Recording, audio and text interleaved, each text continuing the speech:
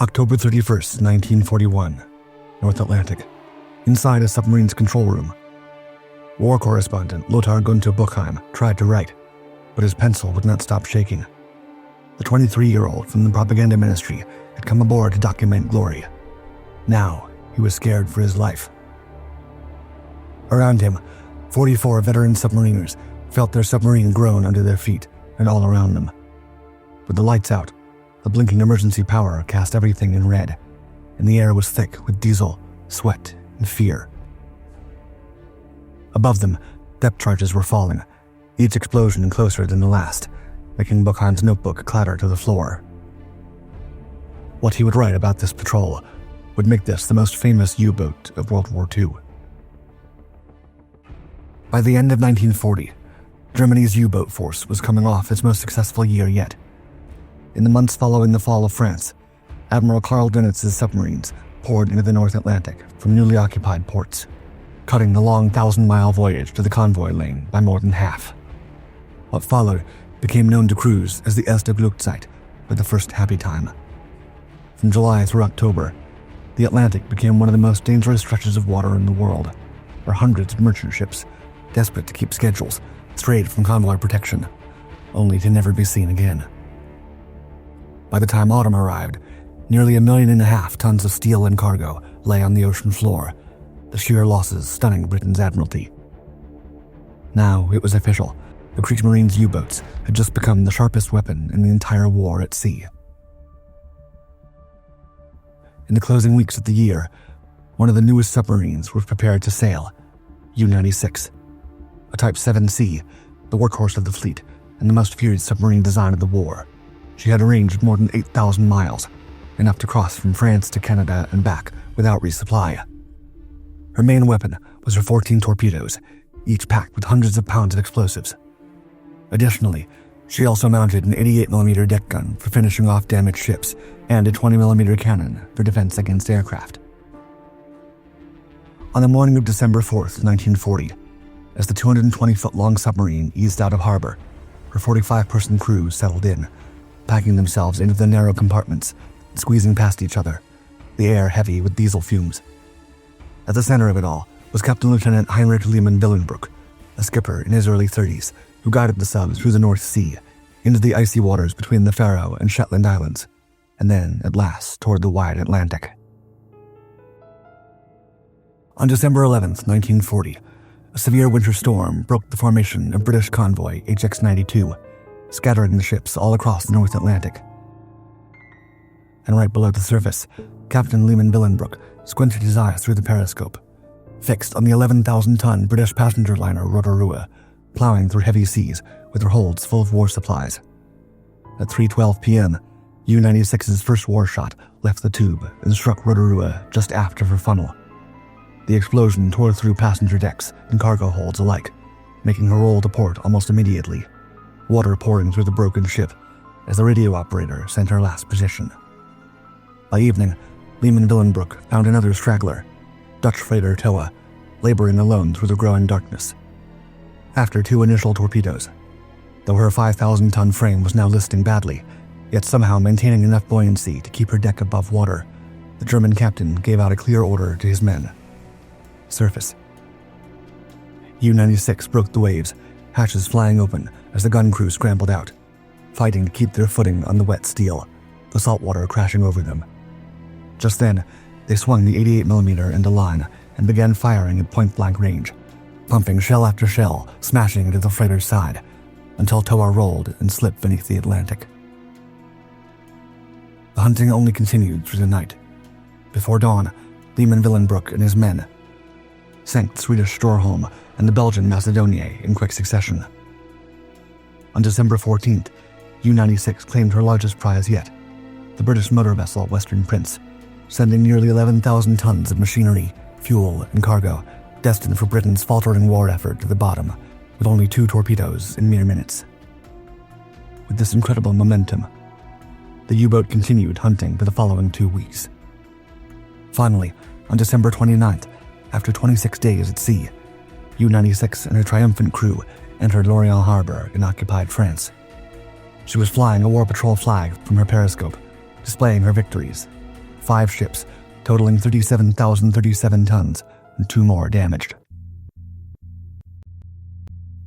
After getting barely enough time to rest, reset, and recoup, on January 9, 1941, Lehman Willenbroek took his boat back into the vast hunting grounds west of Ireland for her second war patrol.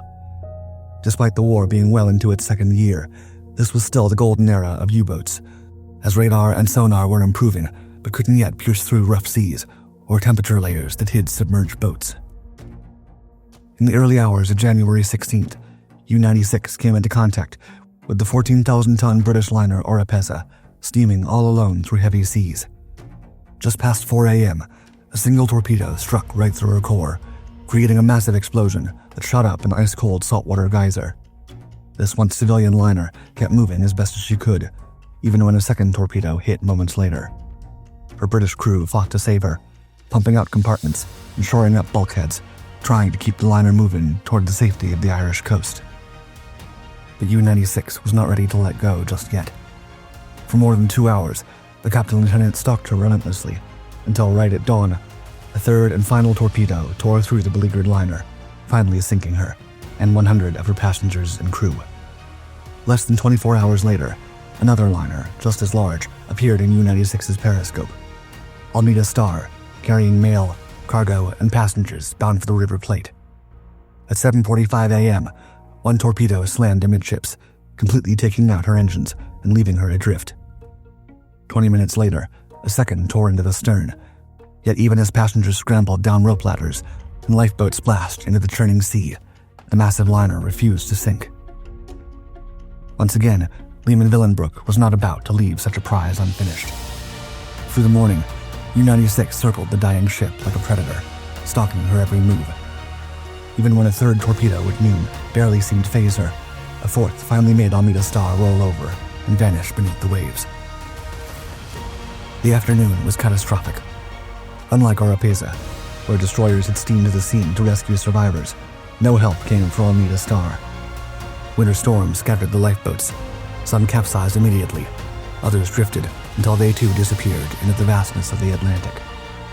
By the time the Royal Navy officially searched the area, they found nothing of her, and her more than 300 passengers, all swallowed by the sea. In barely 24 hours, U-96 had sent nearly 30,000 tons to the bottom, and the ever-savvy German propaganda machine seized on the victories. And soon, radio broadcasts were trumpeting how one U-boat and her ever-cool commander were single-handedly tearing Britain's lifeline to shreds. In early February, 2 weeks into her third patrol, U-96 found stragglers from convoy HX-106 struggling through heavy weather. When the British tanker Clea appeared on the periscope, the crew moved like clockwork. Tubes were flooded, bearings called, range set, and the firing solution locked. Everyone was waiting on the captain's order. Then a perfectly aimed torpedo snapped the 7,000-ton ship in half, only to be finished off by shell fire. At the time, though British convoys grew larger, corvettes and destroyers circled tighter, and the Allied Submarine Detection Investigation Committee, or ASDEC, finally gave escorts ears underwater. The Royal Navy was learning to fight back. But the ocean was too vast, and beyond the reach of patrol aircraft, the mid-Atlantic remained a hunting ground. Throughout the month, U-96's efficiency only sharpened, claiming 3 ships in a single week, all while dodging increasingly aggressive escorts. On February 22nd, HMS Montgomery trapped them, raining down 37 depth charges that shook the boat violently for hours. The next day, U-96 sighted convoy OB-288. Sensing it was ripe for attack, Lehman Willenbroek called in all nearby boats, and soon, U-69, 73, 95, 107, and the Italian Michele Bianchi converged to work as a team. That night, they struck together, ripping 9 ships from the convoy in a single coordinated assault. By the time U-96 reached Saint-Nazaire on the last day of February, Admiral Dönitz himself was waiting on the dock with the Knight's Cross. As cameras clicked and crews from other boats looked on, Lehman Willenbroek stepped ashore, credited with 7 ships and 45,391 tons sunk in 30 days. During U-96's 4th patrol on April 28th, she and her sister boat, U-95, intercepted convoy HX-121. Lehman Willenbroek lined up 3 tankers and fired in sequence. The The first torpedo struck oil field, and in an instant, 8,000 tons of refined fuel erupted into a fireball that climbed hundreds of feet into the sky. The second slammed into the Norwegian Caledonia's engine room, plunging her into complete darkness and silencing the men at their posts. The third, aimed at another tanker, struck the steamship Port Hardy just as she attempted to cross the track, tearing her open amid the full-blown chaos. As chief engineer Frederick Grade told it that day in his personal diary, that feat was, quote, an indescribably beautiful feeling. From a distance, 3 torpedoes scored 3 hits. For weeks after, British aircraft hunted U-96 relentlessly. A Hudson bomber struck on April 29th. On May 7th, Sunderland hammered her with 32 bombs in a 2-hour assault. Another bomber found her on May 14th. Yet through it all, U-96 endured, and the battered but alive submarine limped back into Saint-Nazaire on May 22nd.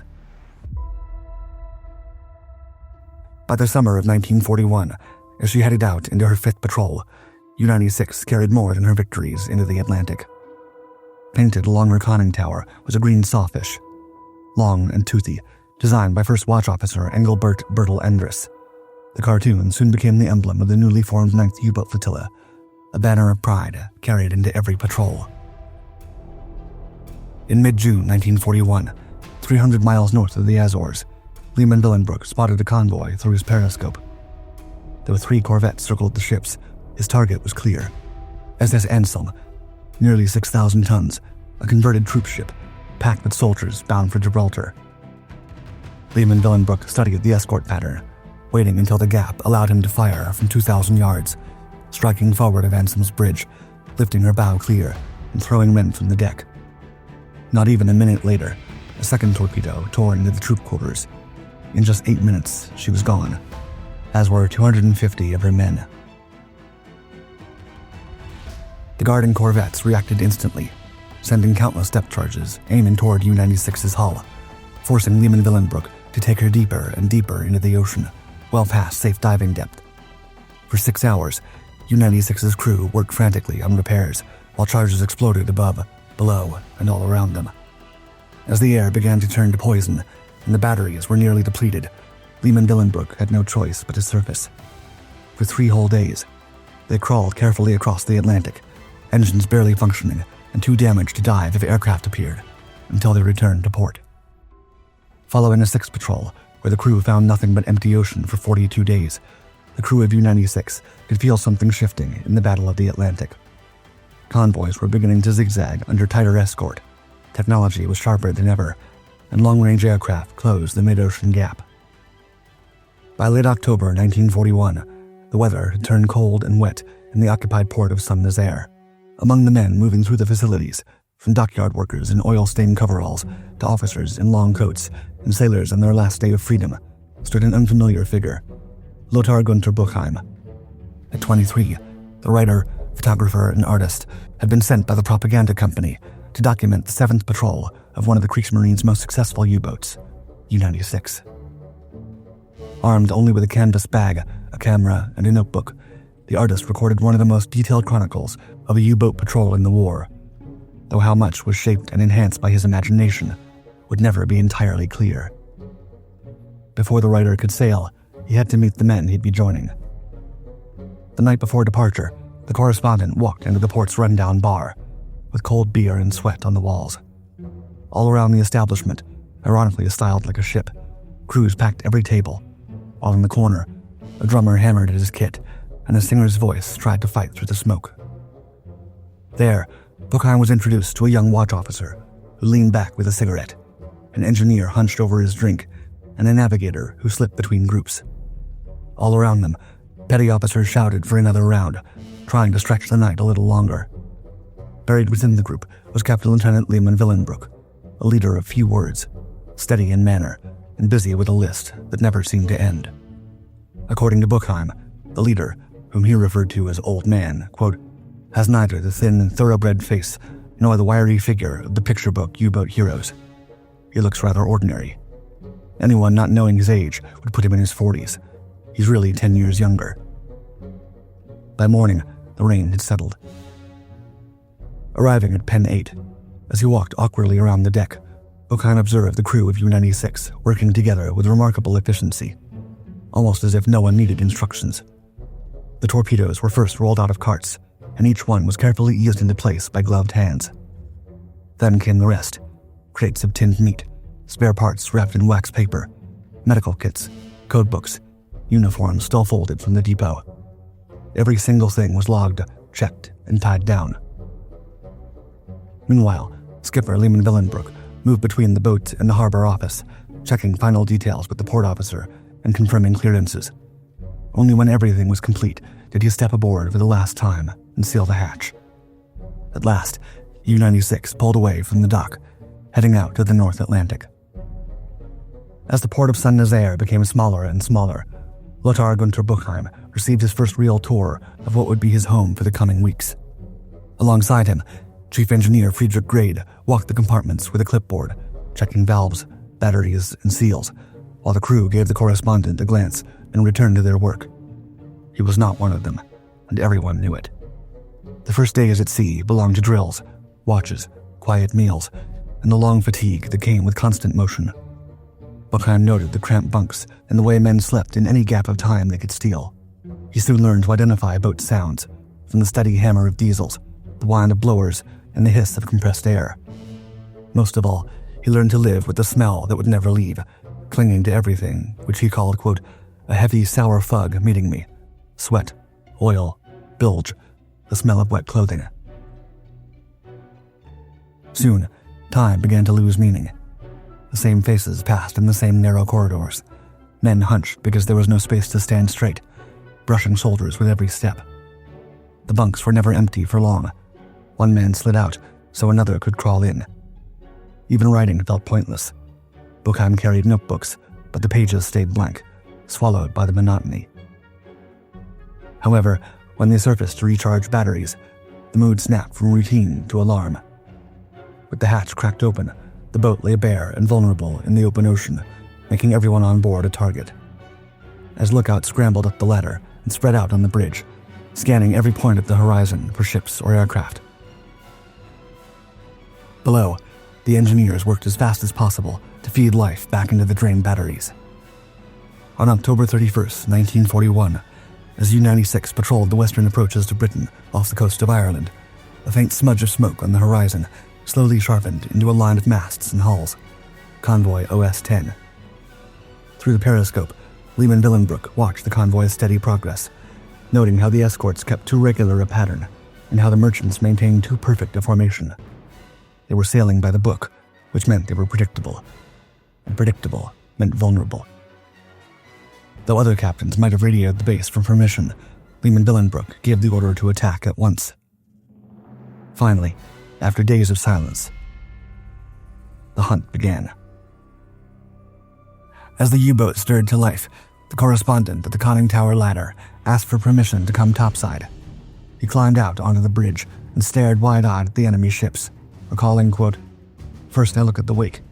It's boiling white, stretching as far as the eye can see, thinning to bottle green at the horizon. Over the gratings drift blue-white fumes from the diesels. Now ready, and with the target in sight, Lehman Willenbrook gave the order for 4 torpedoes, racing from U-96's forward tubes. The submarine shuddered with each launch, the crew counting the seconds, as their weapons ran hot, straight, and normal toward the convoy. Through his periscope, the skipper saw a blast so immense he believed for a moment that several ships had been hit. In fact, only one torpedo had landed, tearing into a fuel tank aboard the Dutch freighter SS Bennekom. The detonation threw a column of fire and smoke high into the sky, thousands of gallons of burning oil cascading back down across the decks and superstructure. As the sea around the freighter glowed orange, the light revealed other ships in the convoy, causing captains to alter course at once, breaking formation and zigzagging to escape the unseen submarine. By 11:30 p.m., U-96's crew observed their target begin her final death throes, marking another victory for U-96's already impressive tally. Nearby, HMS Culver and HMS Lulworth were the first at the scene, trying to pick up survivors from the smoldering wreck. Only moments later, however, Lulworth swung toward the attacker, her guns driving Lehman Willenbrook to order a dive. As the submarine slipped deeper, the hiss of ballast tanks gave way to silence, broken only when the first depth charges fell far off. Soon, the blast crept closer and closer, hammering the hull and shaking the men to their core. For hours, the crew endured 27 explosions. Inside the control room, they barely moved, hands slick with sweat on valves and gauges. Through it all, though Buchheim tried to write, the nerves forced him to put the pencil down time and time again. Once the sea finally fell quiet, U-96 finally rose again. Through November, U-96 prowled with different hunting groups, looking for convoys until supplies ran low, which led them south into neutral waters off Vigo, Spain, where the boat quietly tied up alongside the intern freighter Bessel to take on fuel and provisions. Then, just as U-96 turned for the Strait of Gibraltar, aiming to hunt in the Mediterranean on the night of November 30th, just short of the Narrows, a British ferry swordfish from 812th Squadron picked her out against the dark water and dropped 2 bombs, which landed near the sub, shaking her senseless. The one splashed wide, the other slammed through the hull, flickering lights, cracking a seam, and leaving the submarine shaken and leaking. Now severely damaged, and with the Mediterranean over, the submarine was forced to crawl back toward France. On her way back, U-96 sighted the Spanish freighter Cabo de Olmos, homeward from South America after carrying Jewish refugees to Curaçao when Brazil had refused them entry. After a failed torpedo order, Lehman-Willenbroek took his damaged submarine all the way home until on December 6th, the boat slid back into Saint-Nazaire with several near misses and only a single sunken ship to her name.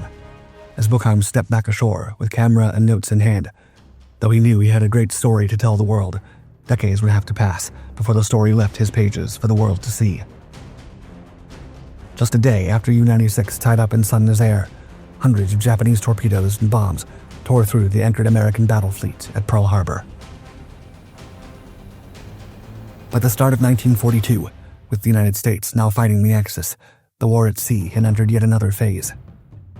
Now, the U-boats faced a vast new hunting ground, stretching from Newfoundland to the Caribbean. The Americans were woefully unprepared. Convoys were scarce, coastal blackouts were uneven, and merchantmen still steamed with navigation lights burning, moving alone or in small groups. To the U-boat captains arriving from Europe, it looked as if targets were laid out in plain sight.